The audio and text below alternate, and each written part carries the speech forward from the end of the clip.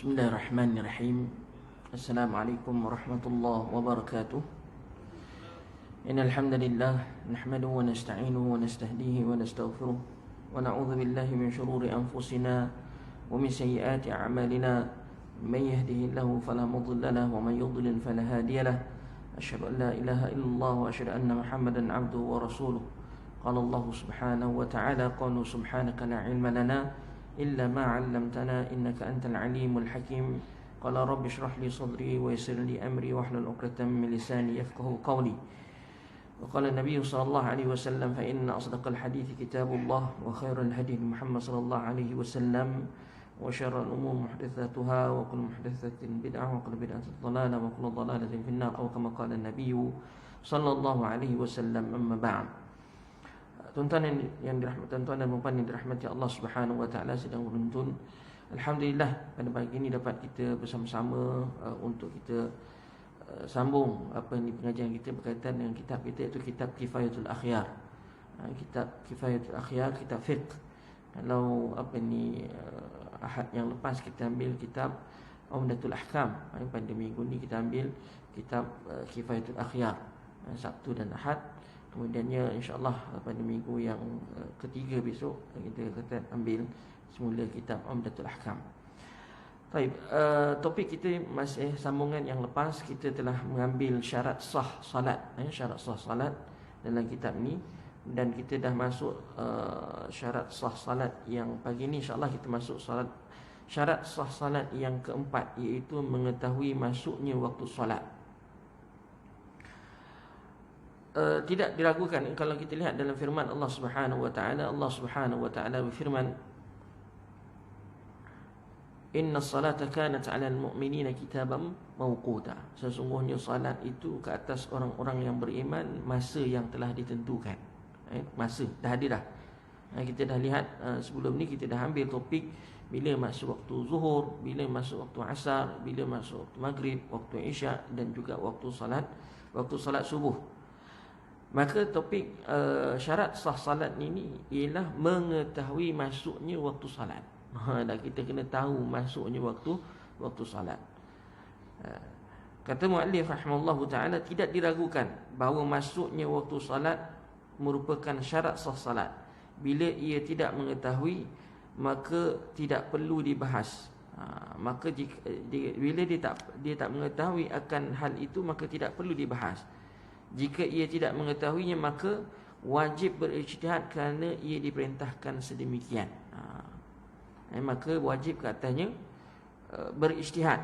Tidak ada perbezaan dalam ketidaktahuan ini, baik itu disebabkan mendungnya cuaca, ataupun dia terkurung di tempat yang gelap, ataupun selainnya.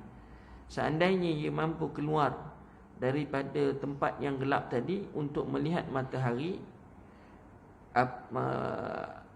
apakah wajib ia melakukan? Ada dua pandangan dalam mazhab Syafi'i, ada dua pendapat. Pendapat yang lebih sahih dalam kitab Syarah Muhazzab adalah hendaknya ia berijtihad.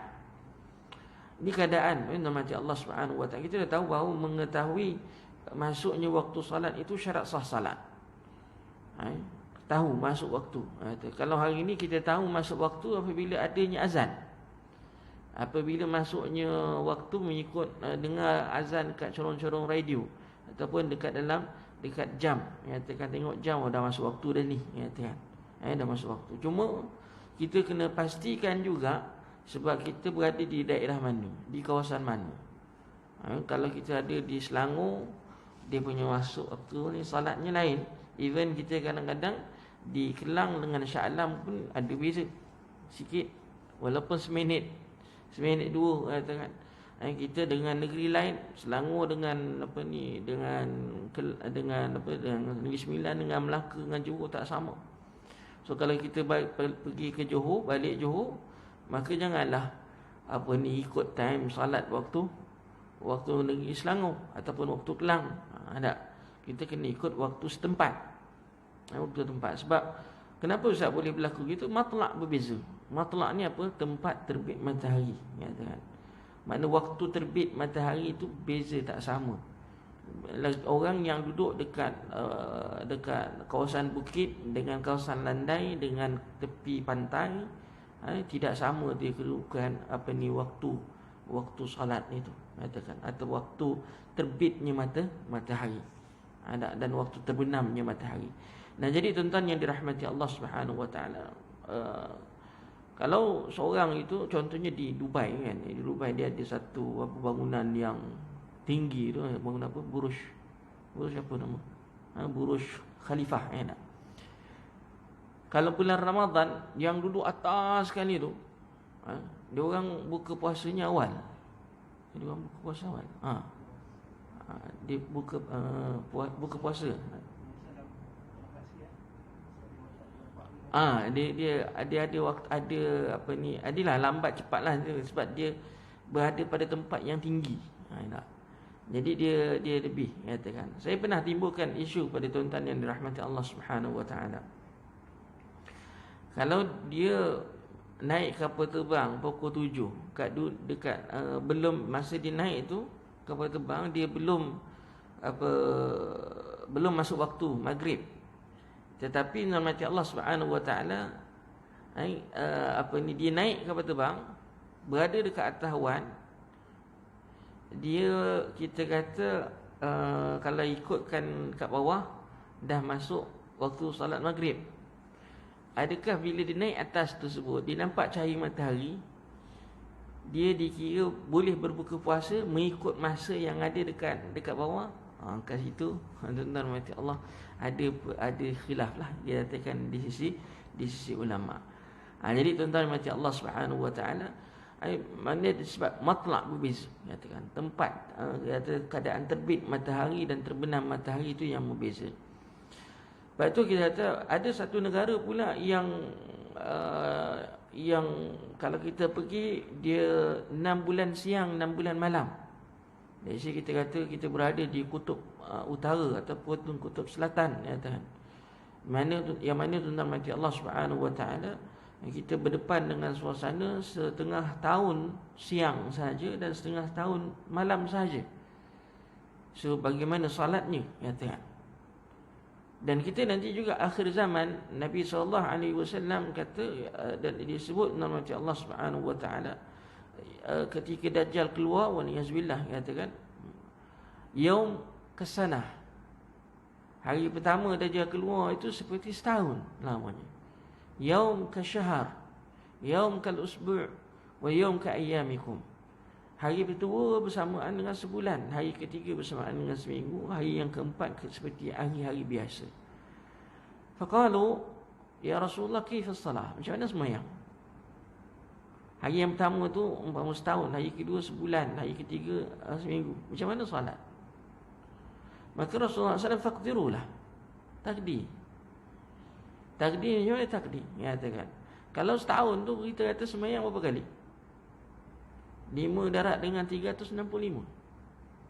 365 kali dengan 5, nama Allah Subhanahu wa taala berapa dapat, dan dibahagikan untuk solat dalam tempoh sehari yang bersamaan dengan setahun. Kita pun tak dapat nak bayangkan. Kalau nak bayangkan paling mudah, nama Allah Subhanahu wa taala, ialah kita sekarang ni berada dekat tempat negara yang di kutub utara dan kutub selatan lah. 6 bulan siang, 6 bulan lagi malam. Exactly sama macam sehari satu malam. So kata ulama, apabila ditanya, ada orang Islam di sana, ditanyakan kepada majlis fatwa. Ini ditanyakan dalam fatwa dunia, ya kan? Bila saya baca kat dalam fatwa-fatwa yang ada di peringkat antarabangsa, bagaimanakah solat mereka? Ada beberapa pandangan, ya, kata.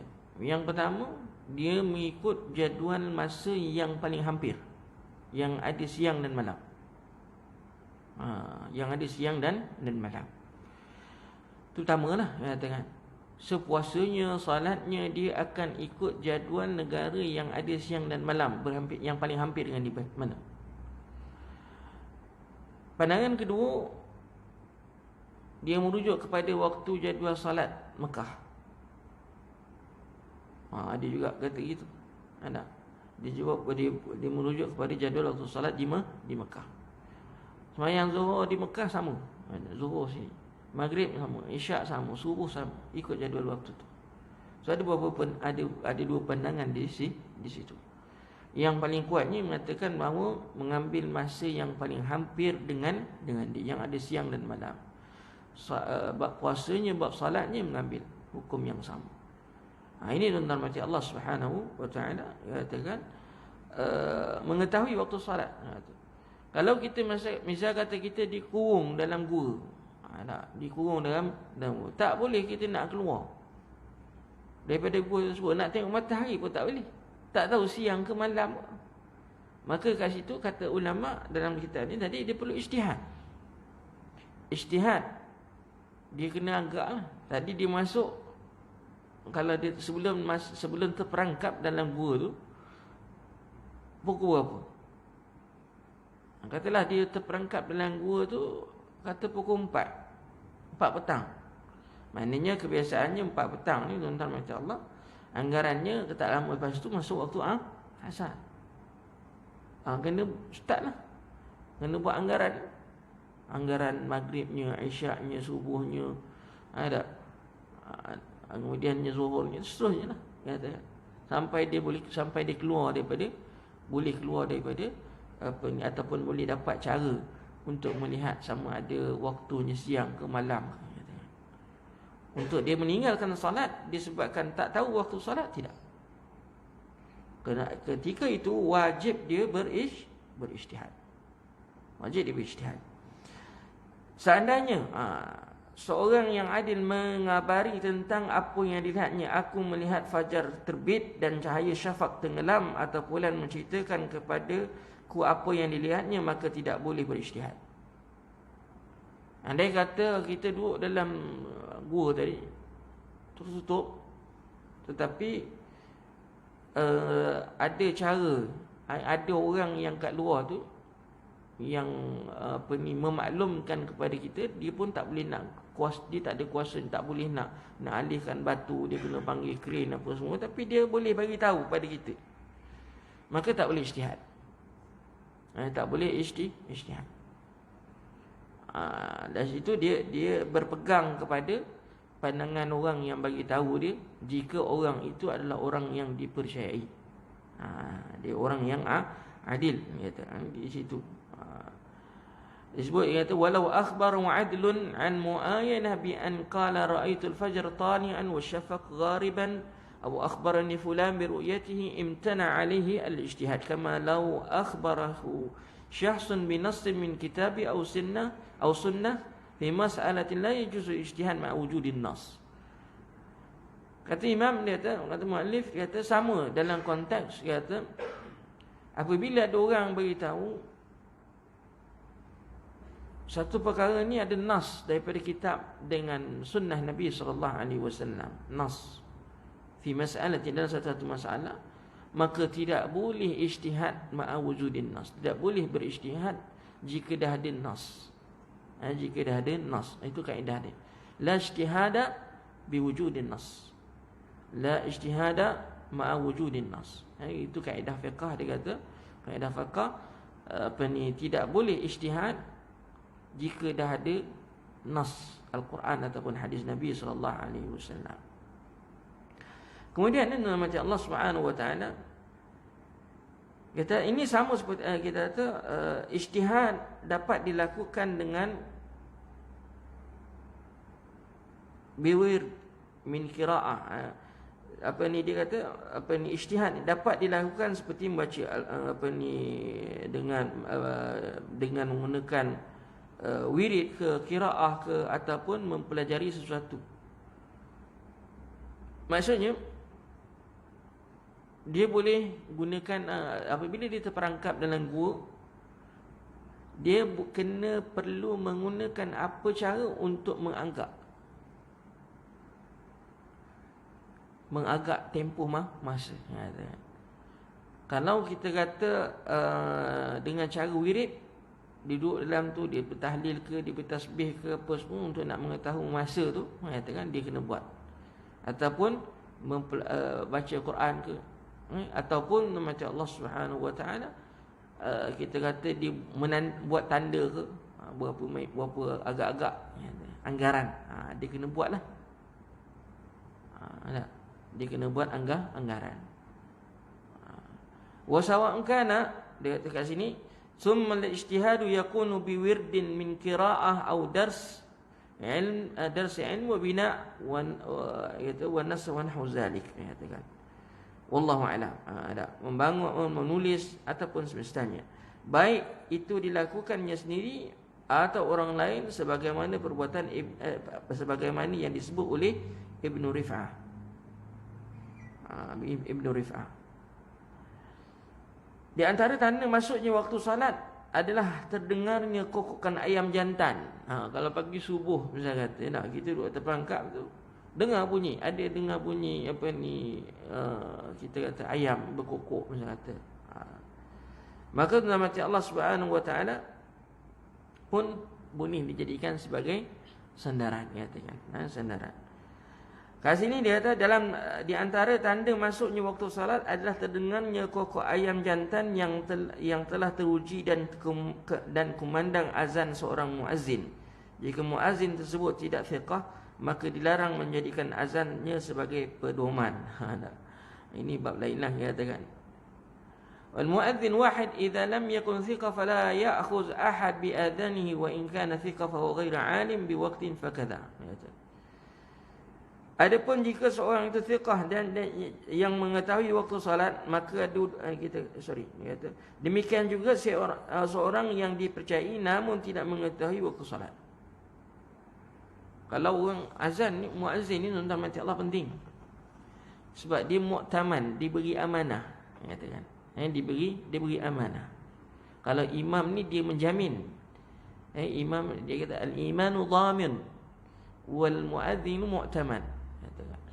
Orang yang imam itu dianggap sebagai penjamin, dan orang yang yang muazzin itu orang yang diberi amanah. Jadi bila diberi amanah, muazzin tersebut mestilah seorang yang amanah, ya kan. Bila dia amanah, maknanya kenapa dipanggil amanah? Sebab amanah di dalam melaungkan azan waktu itu. Sebab itu bila muazzin, dia tanggungjawab dia ialah dia bukan boleh main azan ikut dan dia. Dia kena ikut jadual betul. Masuk waktu. Kalau dia berdasarkan jam, pastikan jam itu sentiasa up to date. Kita jam kadang-kadang bateri lemah sikit je kat dalam ni, kadang-kadang dah lain. Saya selalu kata, kalau tengok dekat dalam surau, dalam mana masjid ke apa semua, kalau ada banyak jam, jamnya akan berbeza-beza. Depan jam ni lain, belakang jam lain. Waktu dia lewat seminit, 2 minit, 3 minit mesti, katakan. Masjid-masjid besar pun sama juga. Kalau kita nak harapkan phone, nak harapkan jam tangan kita, kadang-kadang jam tangan kita cepatkan. Ada je ni. Saja kita memanglah kat jam kita cepatkan 10 minit. Nak pastikan supaya kita ni tak kita kata kadang kita buat je tunggu janji dengan orang ke apa kan, ataupun kerja pun kita dah tahu dah memang kita akan sampai awal berdasarkan jam gitu, katakan. Bangun awal subuh ke, kita dah set awal lah, katakan, jam lebih awal. Jadi tuan-tuan mati Allah Subhanahu Wa Taala, di situ kita kata kewajipan muazzin tadi memastikan betul-betul dah masuk waktu. Kesilapan dia menyebabkan perkara yang lebih besar berlaku. Orang yang berbuka puasa, misalnya kata silap berbuka puasa, maka dan begitu juga orang yang mendirikan salat yang cepat, dia muazzin azan ya Allah, dia terus dah sembahyang. Dia tak tunggu habis azan, dia dah sembahyang. Yang penting dah masuk waktu, dia tak semestinya kena tunggu habis azan baru dia nak kena sembahyang. Tak. Jadi dia dah sembahyang dulu. Rupanya muazzin silap azan, dia kata. Muazzin silap azan. Sebab tak ikut ataupun silap ke ataupun sewaktu dengannya. Jadi di situ nama Allah Subhanahu Wa Taala perlu dia berhati-hati dalam melakukan azan supaya tepat masa waktunya dikatakan. Ada. Baik. Sebab di sana sebab tu kita ada fiqhul azan. Dia ada fiqhul azan. Fiqh bagi orang yang melakukan azan. Penting juga katakan muazzin. Sebab tu dah ada, kalau hari ni banyak dekat dalam kita kata jabatan agama pun ada slot-slot katakan untuk khusus-khusus untuk muazzin katakan. Sebab di sana bukan setakat suaranya kena sedap katakan. Fiqh azan pun, fiqhul azan ni dia kena tahu juga. Fiqhul azan ni kena tahu juga. Macam-macam katakan. Kalau tersilap sebut macam mana? Terbalik ke macam mana nak buat? Ke dia main jalan je katakan. Kadang-kadang ia boleh silap katakan. Boleh tersilap. Boleh tersilap tentang macam Allah Subhanahu Wa. Boleh tersilap kadang-kadang lebih-lebih subuh. Lebih-lebih subuh. Terlepas as-salatu khairum minan naum. Terlepas. Nak buat macam mana? Hayya 'alas salah dengan hayya 'alal falah terbalik. Dah terbalik tu kita pun niat kata kita dalam hati kita tak ada orang perasan kot. Terus je. Tak boleh katakan. Tak boleh. Maka kena betulkan. Macam mana cara nak betulkan? Semua tu ada dalam fiqhul azan. Dalam fiqhul azan. Sebutan salah apa semua. Jadi kita kata ada perlu ada tahu bila nak kena qamat, semuanya ada dalam fiqh nama Allah Subhanahu Wa Taala. Kena belajarlah, kena tanyalah macam mana tengok. Baik. Kemudian nama Allah Subhanahu Wa Taala dia kata wa in kana, jika muazzin itu kita kata adapun jika seorang itu thiqah yang mengetahui waktu salat, maka ada dua pendapat tentangnya.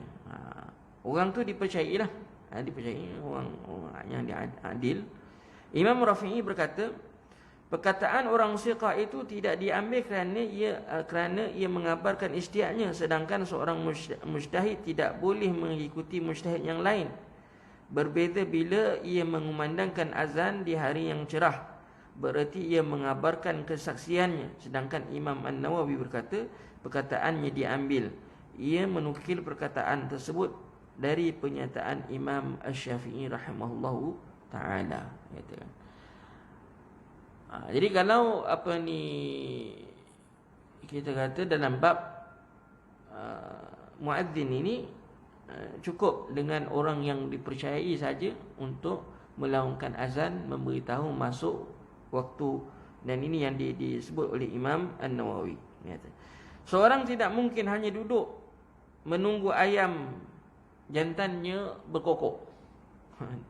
Kerana kita ketika kita memerintahkan untuk berijtihad, maka perlu dilihat, memahami tanda-tanda masuknya waktu solat ataupun tidak.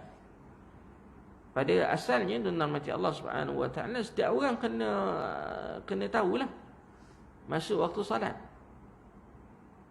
Tapi hari ni bila dah ada muazzin, tak ada masalah lah. Dah ada muazzin, tidak ada masalah. Itu pentingnya muazzin dalam masyarakat Islam kita untuk azan itu.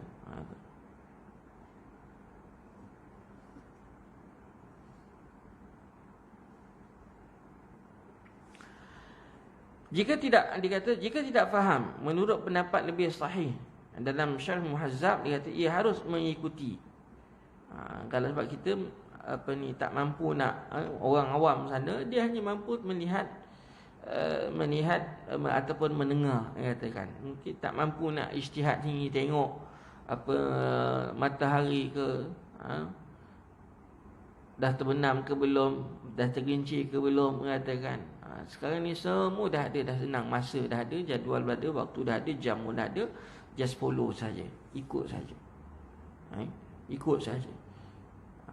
Kalau kita paksa orang, kalau kita tengok, suruh orang tengok sendiri cahaya matahari, maka jenuh jugalah setiap seorang nak kena pergi tengok. Dah masuk waktu zuhur belum ni? Bukan semua orang mampu. Maka sebab itu dipermudahkan untuk mengetahui waktu salat tadi. Kalau tak ada, memang dia kena ijtihad lah. Dia kena ijtihad. Macam tadi, kalau dia berada dekat dalam tempat yang tertutup atau sebagainya, dia kena ijtihad.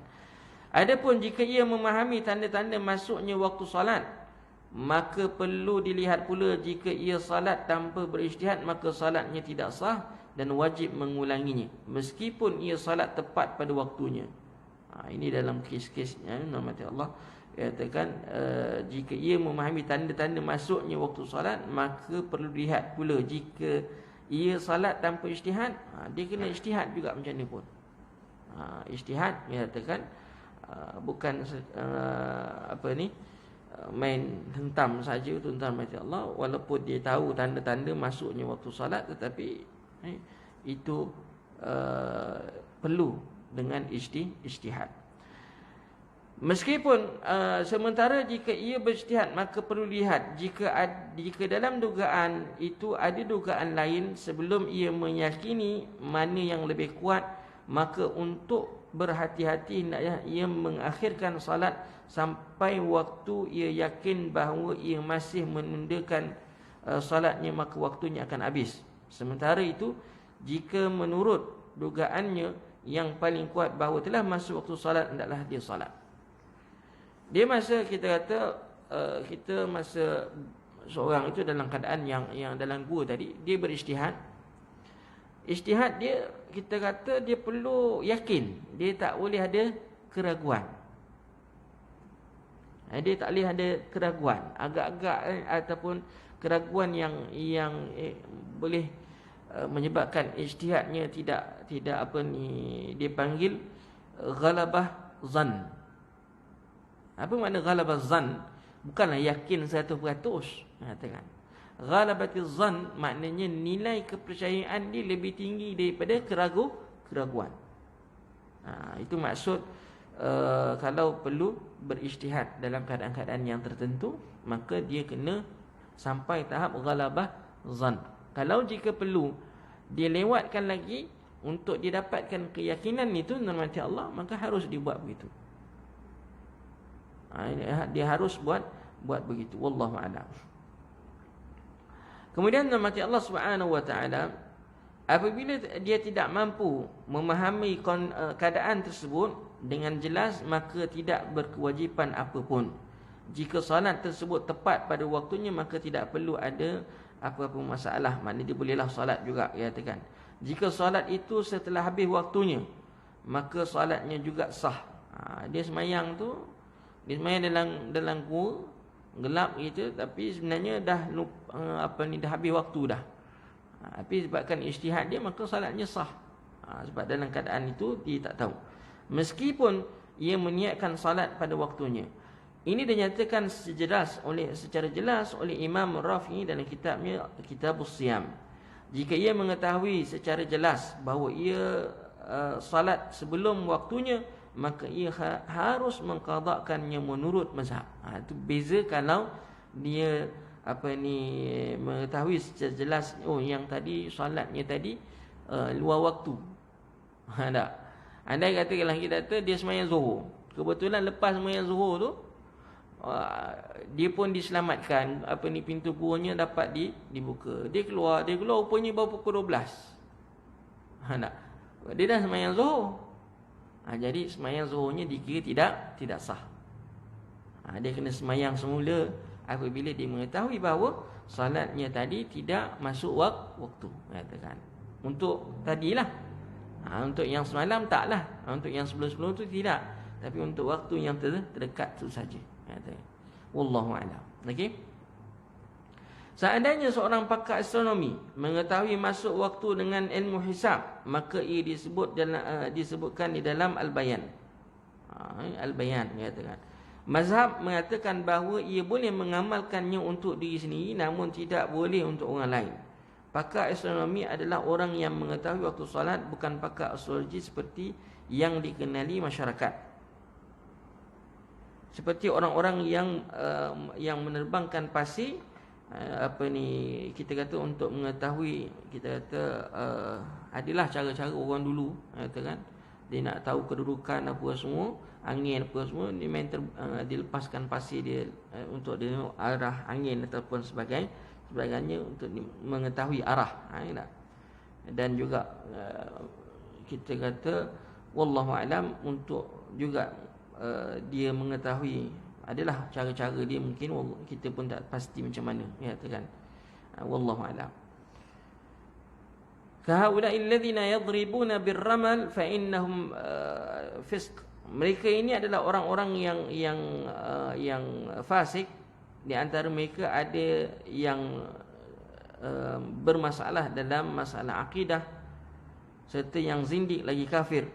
Telah diriwayatkan dalam hadis sahih menurut Allah Subhanahu wa taala bahawa beliau bersabda, baginda SAW bersabda, man ata urrafan lam tuqbal lahu salatun 40 yawman. Ini kita kata bukan ahli astronomi, bukan maksudnya ahli astronomi yang saintis yang ada tengok ni. Kat sini menurut Allah dia kata al-munjim, al-munajjim ataupun al-munjim, maknanya orang yang menilik. Ada telik menilik bintang, katakan. Bintang macam ni dia akan jadi macam ni akan berlaku masalah. Ada akan berlaku hujan lebat ke, tengok mata bintang, dia baca kod bintang. Dia panggil apa dalam bahasa Melayu? Ahli nujum, katakan. Ahli nujum, macam dia duk baca benda itulah, dia mengkhabarkan berita-berita yang berlaku melalui pergerakan bintang. Ada. Maka orang itu tidak boleh terima dia punya persaksian tentang masuk waktu solat. Walaupun dia ada kemahiran itu menghormati Allah Subhanahu wa taala, tetapi kita tidak tidak diterima. Sebab apa? Sebab masalah akidah dia. Kenapa ustaz masalah akidah? Dia mengkhabarkan satu perkara gaib berdasarkan pergerakan bintang. Sedangkan benda itu kita kata tidak dibenarkan oleh syarak, bahkan ianya bertentangan dengan masalah akidah, katakan. Sebab itu dipanggil tadi fasiknya ataupun kita kata antara mereka juga akidahnya sangat teruk serta zindik lagi kafir, katakan. Man ata urrafan, hadis Nabi SAW, kita pergi jumpa tukang telik, pergi jumpa tukang telik je, bukannya percaya lagi, pergi je baru. Tak. Baru pergi menghormati Allah Subhanahu wa taala, lam yuqbal salat 40 yawman. Orang itu tidak diterima salatnya selama 40 hari. Pergi je, katakan. Bukannya percaya lagi. Man ata urrafan, siapa yang pergi mendatangi tukang ramal, maka tuan-tuan mati Allah, tukang telik, tukang ramal, maka salatnya tidak diterima selama 40 hari. Tuan-tuan, 40 hari salatnya tak diterima oleh Allah Subhanahu wa taala. Makanya tuan-tuan mati Allah Subhanahu wa taala, kita kita kata mohon perlindungan dengan Allah Subhanahu wa taala, agar kita kata kita dilindungi oleh Allah Subhanahu wa taala daripada melakukan perkara-perkara yang sebegini, katakan. Akhir-akhir ni macam baru-baru ni kan, yang isu pelajar tadi kena, pelajar yang tentera tu universiti yang mati kena kena tahan ni kan. Disebabkan apa? Disebabkan urraf lah. Disebabkan tukang telik ni, tukang ramal ni. Walaupun dia berperwatakan Islamik, mengamalkan kopiahnya dengan konon-konon mengamalkan perbuatan Islamnya apa semua, tapi bila kita kata dia menuduh, dia menyatakan Fulan bin Fulan yang buat, akhirnya boleh menyebabkan perkara yang kepercayaan kawan-kawan tadi terhadap tukang ramal tadi, berlakunya kes seperti tadi. Boleh menyebabkan pembunuhan, boleh menyebabkan macam-macam.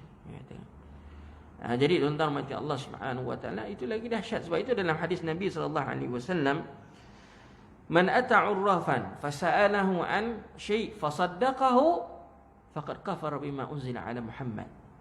Dalam hadis Nabi SAW, siapa yang mendatangi tukang ramal lalu bertanya tentang sesuatu lalu membenarkan, patutlah ni, patutlah dia ni macam ni. Tukang ramal tu dia beritahu nama apa semua fulan, orang yang paling dekat dengan kamu ataupun yang duduk sebelah kamu, kan. Jadi tuan-tuan mati Allah, benda-benda ni kita kata berhati-hati. Jangan percaya, dia katakan. Jangan percaya. Jangan percaya sama sekali, katakan. Tak boleh. Orang yang pergi berjumpa dengan tukang ramal lalu bertanya tentang sesuatu lalu membenarkannya, sesungguhnya dia telah kufur dengan apa yang diturunkan oleh Allah ke atas Nabi Muhammad sallallahu alaihi wasallam. Di dalam hadis sahih tuan-tuan mati Allah. Tak. Jadi kita hari ni ramai orang pergi, kan. Dulu tukang telik, kita kadang-kadang kita nampak biasa je. Kalau dekat dululah, tapi saya tak jumpa sekarang ni. Kalau ada lagi wallahu a'lam. Dulu kalau kita pergi shopping complex, ada satu mesin ni, kita masukkan tangan, lepas tu dia akan menilik, kan. Ramai orang Melayu buat. Dia ingat benda tu main-main. Tak ada apalah ustaz, seronok-seronok. Bukan istilah seronok-seronok ke apa. Benda tu termasuk dalam man ata urrafan. Nabi sebut dalam hadis dia, siapa yang pergi je, siapa yang pergi mendatangi tukang ramal, tidak akan diterima salatnya selama 40 hari, katakan. Kan berat tu, bukannya kita kata bukan benda yang mudah. Wal iyazbillah min dzalik. Baik. Kemudian macam Allah Subhanahu wa taala, seandainya ada yang menyampaikan kepada seorang bahawa salatnya yang dilaksanakan sebelum waktunya, maka perlu dilihat apakah orang itu mengkhabarinya berdasarkan ilmu dan persaksian atau bukan. Jika ya, maka wajib dia ulang. Kadang-kadang kita solat, kita ingat dah masuk waktu, kita pun solat. Tiba-tiba datang ada orang beritahu, belum masuk waktu solat lagi. Kita ingat dah masuk waktu. Tak. Ada orang yang kita percaya, yang thiqah, yang boleh dipercayai, maklumkan kepada kita solat waktu belum masuk lagi. Waktu solat belum masuk. Jadi perlulah kita mengulangi solat tersebut. Mengulangi solat tersebut. Tak boleh. Dia katakan solat yang kita lakukan tadi tidak sah. Kerana tidak masuk waktu lagi. Tidak masuk waktu lagi. Baik. Yang kedua pagi ini nama Allah Subhanahu wa taala, iaitu menghadap arah kiblat. Menghadap kiblat. Kiblat yang dimaksudkan ialah Kaabah. Kiblat yang dimaksudkan ia Kaabah. Dinamakan kiblat kerana orang yang salat menghadap kepadanya, dan dinamakan Kaabah kerana ketinggiannya. Menghadap Kaabah adalah syarat sah salat bagi orang yang mampu, bukan pada saat sangat takut, bukan pula pada saat salat sunat di waktu safar yang dibolehkan. Ia berdasarkan firman Allah Subhanahu wa taala, fawalli wajhaka syatral masjidil haram wa haitsu ma kuntum fawallu wujuhakum syatrah. Menghadap maka palingkanlah wajahmu ke Masjidil Haram, di mana saja kalian berada, maka palingkanlah wajahmu ke arahnya. Menghadap kiblat hanya diwajibkan pada pada saat kita salat, Nabi sallallahu alaihi wasallam disebut dalam hadis musii'us salah, orang yang rosak salatnya, orang yang salatnya tak bagus. Wastaqbilil qiblah wa kabbir. Pertama menghadap ke arah kiblat, kemudian takbirlah. Baru start takbir. Maknanya menghadap kiblat salah satu perkara yang dianggap sebagai rukun dalam syarat sah salat. Syarat sah salat. Bagaimana Ustaz dia kata hari ini kita semua apabila di luar daripada Mekah, dia dianggap sebagai ijtihadi. Dianggap sebagai ijtihad. So ijtihad kita hari ini ialah kita kata berdasarkan penentuan yang dibuat oleh pihak yang berwajib. Ya, tengok. Kalau kat rumah kita ijtihad sendiri berdasarkan perkara-perkara yang kita ada, kemampuan yang kita mampu kita buat. Kalau menggunakan alat, kita guna alat. Kalau kita mampu buat, kita kata ada dalam masa-masa yang tertentu dikhabarkan kepada kita, waktu ni adalah waktu yang paling sesuai untuk kita pastikan arah kiblat, maka kita buatlah. Kerana dia kan ada waktu-waktu yang bila dia katakan bila matahari bulan dia adalah masa-masa dia bulan Julai ke ada hari-hari tertentu tu kita katakan waktu yang paling baik untuk kita cek arah kiblat, kata. Tapi sekarang dah canggih. Alat-alat hari ni ke phone kita nanti Allah Subhanahu Wa Taala dia dah, sebab dah ada sistem satelit apa semua, jadi dia klik je, tengok je kompas yang ada dekat phone tu dah direct terus ke Kaabah, kata kan. Maka gunakanlah. Gunakan.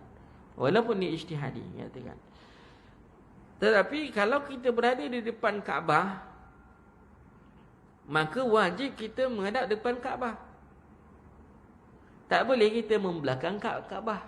Walaupun dengan alasan kalau saya pusingkan badan saya membelakangkan Kaabah, saya mesti menghadap Kaabah, kan bumi ni bulat.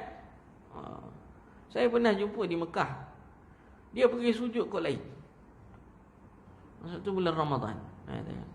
Orang semua pakat marahkan dia. Apa dia kata?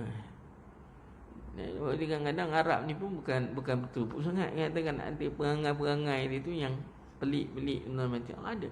Dia pergi sujud tempat lain. Kita kata Kaabah depan. Sama boleh je. Katakan. Dia degil ni. Katakan. Lain bukan biar kan. Katakan. Dia seorang tak adalah kata beri efek apa-apa. Katakan. Kalau satu kumpulan besar ke apa ke, yes, katakan. Ni seorang. Katakan. Mungkin dia gila ke apa ke, Allahu'alam. Tak tahu. Masuk bulan Ramadan, saya ingat saya katakan. Jadi nanti Allah Subhanahu Wa Taala, betul Allah kata fa aina ma tuwallu fa thamma wajhullah. Betul Allah sebut fa aina ma tuwallu, dia katakan ataupun dalam ayat fa walli wajhaka syatral masjidil haram wa haitsu ma kuntum fawallu wujuhakum syatrah. Bila kita kata hari ni kalau tuan-tuan menghadap ke sini, arah kiblat, tuan-tuan menghadap ke belakang, bumi ni kan bulat ni kan, atau menunjuk. Dia bukan gitu, dia tengok arah yang paling dekat. Arah yang paling dekat. Sebab tu bila kompas, kita gunakan kompas itu akan menunjuk pada arah yang paling dekat dengan gitu, dengan Kaabah. Wallahu a'lam. Jadi tuan-tuan macam Allah Subhanahu Wa Taala katakan arah tak sama. Macam kita ni arah mana ni? Barat. Ya kan. Kalau di di Madinah lain. Mungkin kita kata di arah selatan, nyata. Ataupun nyatakan, sebab itu Nabi kata kalau berada di Madinah, kalau bab qada hajat tu syarriqu am gharribu. Maknanya sama ada menghadap ke arah timur ataupun barat.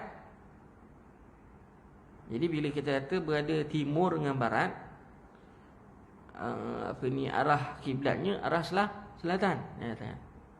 So tidak sama, katakan. Jangan, memang Nabi kata kalau kita kata okey kat Madinah arah selatan, jangan kita gunakan arah selatan juga di tempat kita. Tak boleh. Ini tidak, kerana tidak sama, katakan, kedudukannya. Wallahu a'lam. Sebab itu ada setengah pandangan ulama, kita kata yang berada dekat dalam Masjidil Haram itu wajib dia menghadap ke arah Kaabah secara ain. Tetapi bila di luar daripada Masjidil Haram, dia menghadap terus kepada masjid. Dia terus menghadap ke arah masjid. Dan seluruhnya lah, dia terus. Yang berada dekat luar, ada setengah pun menghadap ke arah Mekah je lah. Menghadap ke arah Mekah. Tapi sekarang dengan teknologi yang canggih, dia boleh terus pacak dekat Kaabah itu, maka lebih inilah, lebih baik, kata. Tapi kita masih lagi dianggap sebagai ijtihadi. Perkara itu adalah ijtihadi. Penting kita tahu arah kiblat. Namanya Allah Subhanahu Wa Taala, kalau masjidnya dibina tidak menghadap ke arah kiblat, tiba-tiba dia macam ada berlaku dekat Kelang, katakan, satu masjid dekat Meru lah, katakan. Masjid dah bina siap, dah lama dah, belas tahun guna, katakan, menghadap arah kiblat. Dia kata sebab dulu masa nak buat memang dah cek arah kiblat apa semua. Ialah dulu punya peralatan lah. Datang Maiz, kata kan, dia bawa datang menggunakan teknologi yang lagi canggih. Kiblatnya sengit sikit. Berkeras surau masjid, kata nak gunakan yang lama. Jaiz dengan Maiz dia ada kuasa. Emma tukar arah kiblat, betulkan arah kiblat yang baru, ataupun tutup masjid. Dan dah tukar jugalah. Dengan kata nak tutup masjid je, lepas tu keputusan tukar ikut yang ni. Banyak. Kalau tuan-tuan perasan, kalau nak pergi ke Kuala Selangor sana, ada satu lagi masjid tepi jalan, masjid tepi jalan. Tuan-tuan pergi, apa pasal sengit? Tak. Saya pernah apa pasal dia punya kita kata mimbar, dia punya ruang tempat solat dia tu kan, semua sengit, tiangnya sengit. Tahulah kita bahawa kita kata dengan kiblatnya tadi ada kesilapan, kata. Habis macam mana solat orang-orang dulu? Tu tak ada masalah. Yang dah lepas. Tapi kita yang atas cara teknologi yang baru kita tu. Macam juga kubur sama juga. Kalau misal kata tak banyak, sikit je berubah, maka tak perlu digali semula. Untuk mayat yang baru, mayat yang lama tak ada masalah lah, mayat yang baru. Kadang-kadang ada kita pergi setengah-setengah kubur tu, apa pasal kubur ni menghadap yang sini, kata kan? Tak. Tiba-tiba kubur-kubur baru semua menghadap arah yang lain daripada yang sebelum ni, kata. Ketahuilah kita ketika itu bahawa berlaku kesilapan arah kiblat untuk kubur-kubur yang lama. Wallahu a'lam. Jadi penting, arah kiblat ni sangat-sangat penting dalam Allah Subhanahu Wa Taala. Kalau misal kata kita tak tahu, menggunakan alat tak ada, peralatan tak ada, maka tetap juga wajib ijtihad. Macam tadilah dalam gua tadi, macam mana nak sembahyang Ustaz? Saya pun tak tahu arah kiblatnya mana. Peralatan tak ada, apa semua tak ada. Maka kat situ dia kena berijtihad. Aku nak ijtihad, maknanya kena ijtihad, ni arah kiblat, yakinlah. Untuk zuhur, nanti kan asar dia kena ijtihad lain. Dia kata kalau ijtihad dia sama, boleh. Dia kena ijtihad. Nama Allah dalam keadaan-keadaan begitu dia kena berijtihad. Wallahu a'lam. Baik.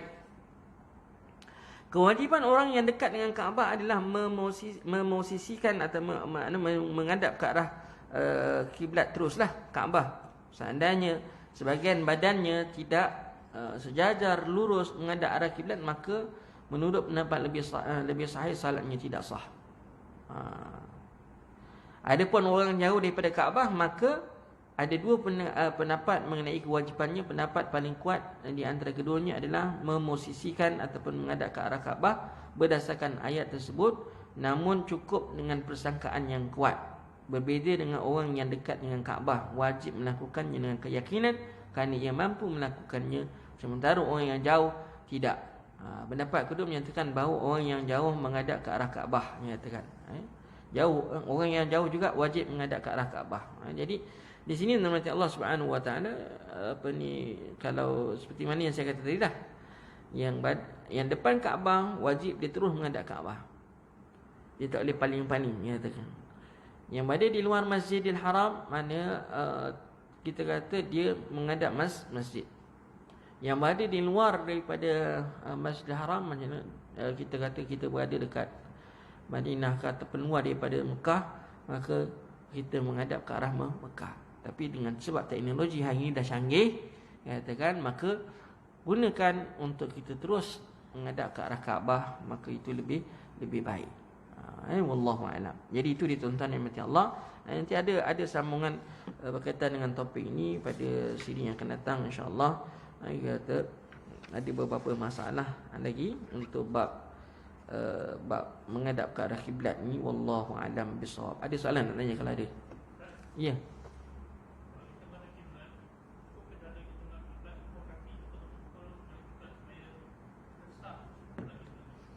Dia yang wajibnya, yang rukunnya dalam hati Allah Subhanahu Wa Taala ialah dada.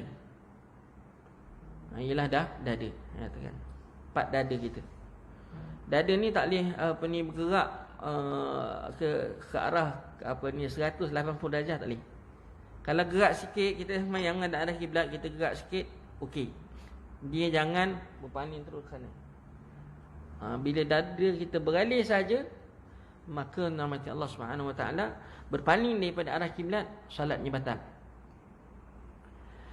Adapun anggota-anggota lain, contohnya kaki. Ada kaki, kita kata sebaik mungkin kita kena menghadap ke arah kiblat, menjulur. Dia tak boleh macam mengepak begitu. Ada. Walaupun solatnya sah, tetapi sebaik-baiknya kakinya menghadap ke arah kiblat semampu mungkin.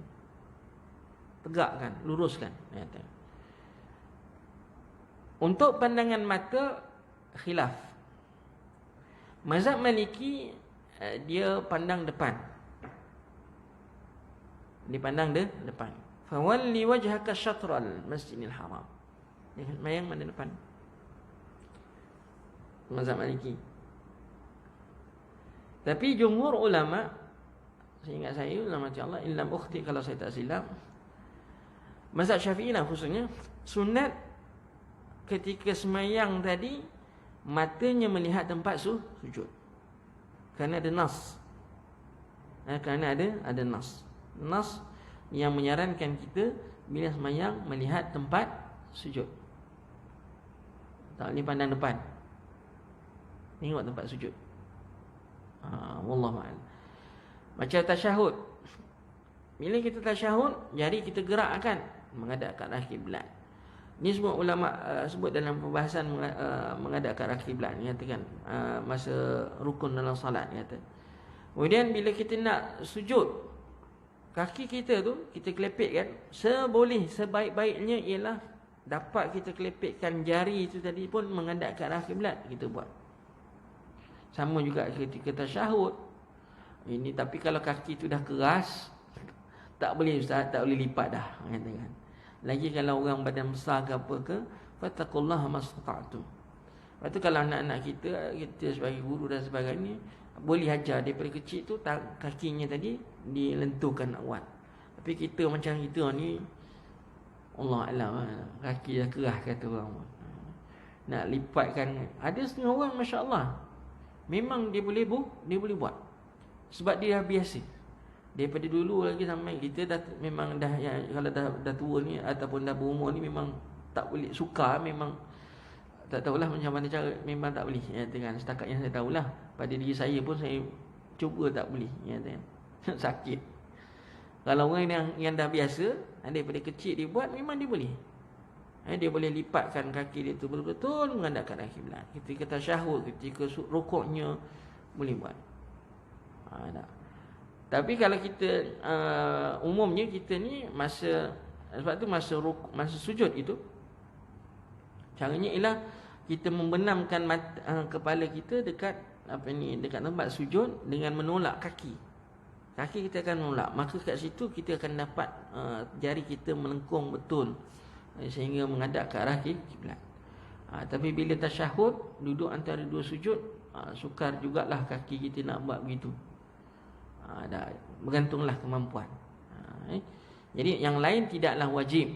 Yang lain tidaklah wajib, tetapi yang wajibnya adalah di bahagian dada. Wallahu a'lam. Lagi? Ada lagi? Ya. Macam mana?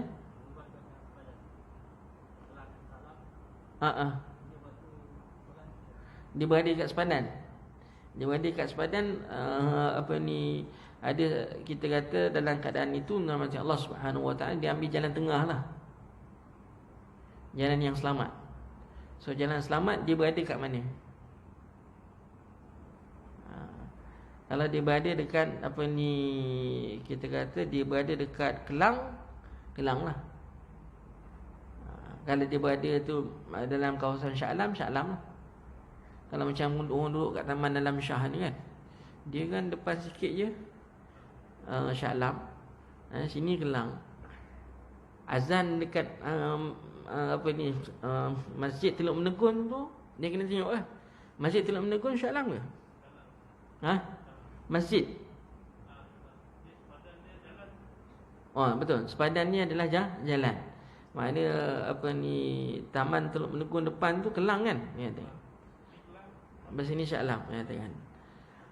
Orang yang duduk kat situ, kawasan tu maknanya dia qaryahnya, masjidnya di mana? Kalau Teluk Menegun azan, kalau dia masih lagi qaryahnya di bawah tu, dia ikutlah.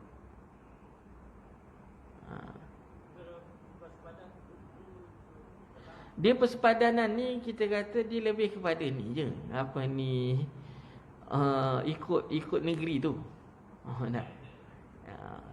Ikut negeri katakan. Jadi yang duduk sepadan ni dia lebih fleksibel lah katakan. Dia lebih fleksibel. Maknanya dia boleh ikut tempat dia solat kat mana, masjid tempat dia solat kat mana, qaryah dia katakan. Macam tadilah saya kata, kalau orang Taman Alam Shah, dia masjid dia adalah Teluk Menegun. So azan Teluk Menegun dia follow je lah. Walaupun dia duduk Kelang, dia di ujung Kelang, alamat di Taman Alam Shah tu Kelang katakan. Yang ini Shah Alam. Dia timbul isunya macam ni katakan. Dulu Perak dengan Selangor masa raya, zaman tahun berapa? Tahun 90, 80-an ya, 90-an. 87 ya. Perak dah raya, Selangor belum raya. Balik Perak orang dah raya, Selangor belum raya. Yang duduk kat sepadan macam mana nak buat? Lompat je. Ini di situ. Sebab tu kita kata ialah kita kata macam tu tak apalah, dia kita kata setahun sekali, maka bolehlah disepakatkan seluruh Malaysia khususnya katakan. Ada. Tapi waktu solat tak boleh katakan. Waktu solat tak boleh katakan. Penentuan masa katakan Semenanjung dengan Sarawak katakan, bezanya berapa masa Sabah dengan Sarawak dengan kita? Ha? Sejam. Dulu setengah jam, naik pula 1 jam kata. Wallahu alam kata kan. Tak. Beza kata. Kita subuh kita pukul 5.48, dia mungkin 4.48 dah subuh kata. Kita pukul 5.48 kalau kita semayang, dia sebenarnya kita kata yang sebenarnya sama je kata kan. Tak. Cuma 24 jam juga masa tu kata kan. Tak. Tapi dah disusun begitu, waktu sana gini, waktu sini gini kata kan. Wallahu a'lam. Jadi kita follow lah. I follow je lah kata kan. Cuma kita pastikan yang muazzin tadi melaungkan azan pada waktu yang telah ditentukan. Orang yang melaungkan azan kena pastikan masuk betul waktu salat. Dia bukan boleh main-main. Bukan satu perkara yang boleh ambil mudah. Silap dia bahaya dengan orang yang lain yang lebih-lebih tadi kan, yang berpuasa, yang yang berbuka puasa maghrib. Sebab implikasinya menyebabkan orang batal puasa. Sebab berbuka puasa lebih awal. Ada setengah-setengah tu dia katakan memang kita kata akan memang subhanallah lah, kita kata maki hamun tu boleh juga berlaku. Dia katakan marahnya, terlalu marah kepada muazzin sebab lawan azan. Jadi tuan-tuan mati Allah, wallahu alam. Jadi itu. Ada soalan lain nak tanya? Ya, sini. Kalau macam muazzin disyaratkan juga kan? Tidak syarat. Tidak syarat, tapi afdal lah katakan. Afdalnya dia menghadap arah kiblat katakan. Tapi tidak syarat. Wallahu a'lam. Okey, itu saja yang dapat saya kongsikan dengan tuan-tuan yang dirahmati Allah Subhanahu wa taala. Kita akhiri dengan bacaan tasbih kafarah. Subhanakallahumma bihamdika asyhadu an la ilaha illa anta wa astaghfiruka wa atubu ilaik. Assalamualaikum warahmatullahi wabarakatuh.